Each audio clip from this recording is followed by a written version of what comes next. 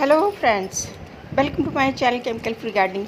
आज मैं इस खूबसूरत से फूलों वाले सुंदर से प्लांट के बारे में बताऊंगी। ये ब्रून फ्लेशिया है, ब्रून फेल्शिया जिसे कहते हैं, और इसे यस्टरडे टुडे टुमारो भी कहते हैं।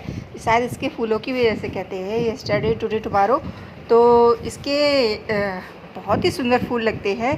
और मैंने ये कटिंग से लगाया था, इतनी छोटी सी ब्रांच लगाई थी मैंने ये कट करके, तो पेंसिल के बराबर थी ब्रांच, और कई एक ब्रांच लगाई थी, कम से कम 5-6 लगाई थी। तो ये मेरे पास 2 प्लांट हो गए। एक तो ये है, इसमें भी फ्लावरिंग शुरू हो गई, उसमें भी।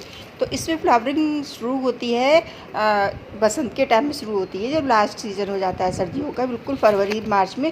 तो मैंने इतनी छोटे पैक में लगाई थी कटिंग, 5-6 लगाई थी एक साथ इतने बड़े पैकेट में। और फिर ये थोड़ा सा ये 2 कटिंग चल गई, तो फिर मैंने इन्हें निकाल के अलग कर दिया था अक्टूबर में।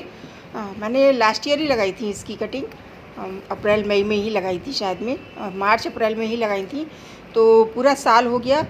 तो अब इसमें फ्लावरिंग शुरू हुई है। और इसकी मिट्टी देख रहे हैं आप, मॉइस्ट मिट्टी रखनी चाहिए। मिट्टी के बारे में सबसे पहले बात करते हैं। जब मैंने कटिंग लगाई थी तो पटिंग मिक्स में मैंने गार्डन सॉइल डाली थी और थोड़ी सी कंपोस्ट डाली थी, और सैंडी सॉइल थी मेरे गार्डन की, तो मुझे रेत मिलाने की ज़रूरत नहीं पड़ी थी, तो उसमें मैंने कटिंग लगाई थी।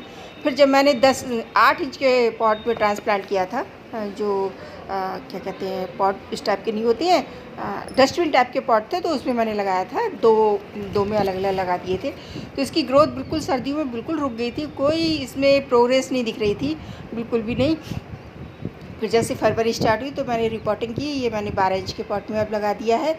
और अब देखिए इसमें फ्लावरिंग अच्छे से शुरू हो गई। ये छोटा सा प्लांट है, क्योंकि इसकी ग्रोथ बहुत स्लो होती है, बहुत धीरे धीरे बढ़ता है।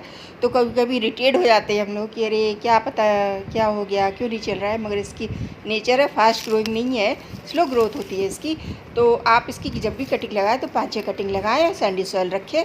और आप इसकी मिट्टी जब तैयार करें इसे रिपॉट करने के लिए, तो इसमें आप मैंने धान की भूसी मिक्स की है, कोकोपीट मिक्स की है थोड़ी सी, और कंपोस्ट मिक्स की है, और गार्डन की सॉइल है, सैंडी सॉइल। तो ये मैंने अब 12 इंच के पॉट में रिपोर्ट किया है। तो फरवरी में रिपोर्ट करने के बाद में खैर 10 इंच के पॉट में लगी थी, तभी इसमें हल्की हल्की फूल, वो डस्टबिन टाइप का था, तभी उसमें फूल आने लगे थे, बर्ड्स बनने लगी थी। तो फिर मुझे लगा अब इसे रिपोर्ट कर देना चाहिए, तो मैंने इसमें डाल दिया ये। और अब देखो फ्लावरिंग भी हो रही है।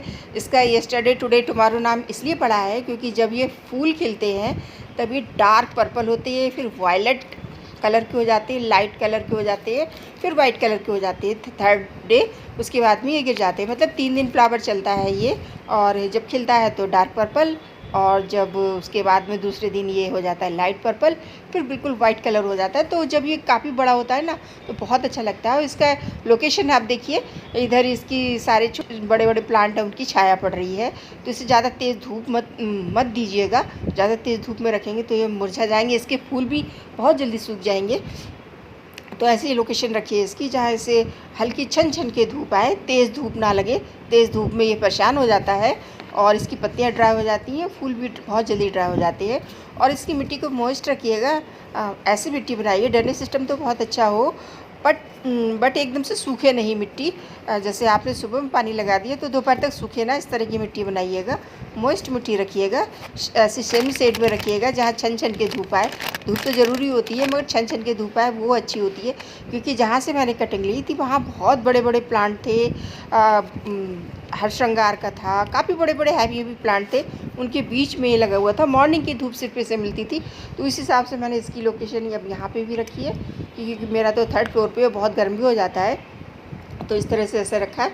देखिए अभी 10 बज रहे हैं और बिल्कुल इसकी हल्की सी धूप आ रही है, एक दो थोड़ी थोड़ी सी छट छट की धूप आ रही है। जब इधर इस साइड में आएगी धूप तब हल्की सी लगेगी, वो भी बिल्कुल छन के ही आएगी। और इसका दूसरा प्लांट मैं आपको दिखाती हूँ। देखिए ये इधर पीछे बिल्कुल पीछे की साइड में रखा हुआ है, मैं दिखाती हूँ। ये है, सॉरी पता नहीं दिख रहा है नहीं दिख रहा है आपको, धूप भी बहुत तेज़ हो गई है। ये देखिए ये इसमें भी फ्लावरिंग शुरू हुई है, बट देखिए बिल्कुल वाइट कलर के हो गए। तेज़ धूप में ये वाइट कलर के हो जाते हैं, तो इतने अच्छे से नहीं लग रहे हैं। मैं इसे हटा दूँगी, नीचे की साइड में रख दूँगी, तो ये भी बहुत सुंदर लगेंगे। मुझे पता नहीं था इसमें फ्लावरिंग शुरू हो गई है। पानी तो डेली देती थी, अभी 3 दिन पहले ही फूल खिले होंगे क्योंकि थी नहीं, तो इसे पानी तीनों टाइम दीजिए, लिक्विड फर्टिलाइज़र दीजिए और ग्रोथ इसकी स्लो होती है तो इसलिए टेंशन मत लीजिए। तो फ्रेंड्स, इन्फॉर्मेशन अच्छी लगे तो प्लीज़ मेरी वीडियो को लाइक करो, शेयर करो, चैनल को सब्सक्राइब करो। नई जानकारी के साथ, नई वीडियो के साथ फिर मिलेंगे। तब तक गार्डनिंग करते रहिए, खुश रहिए। Bye bye friends.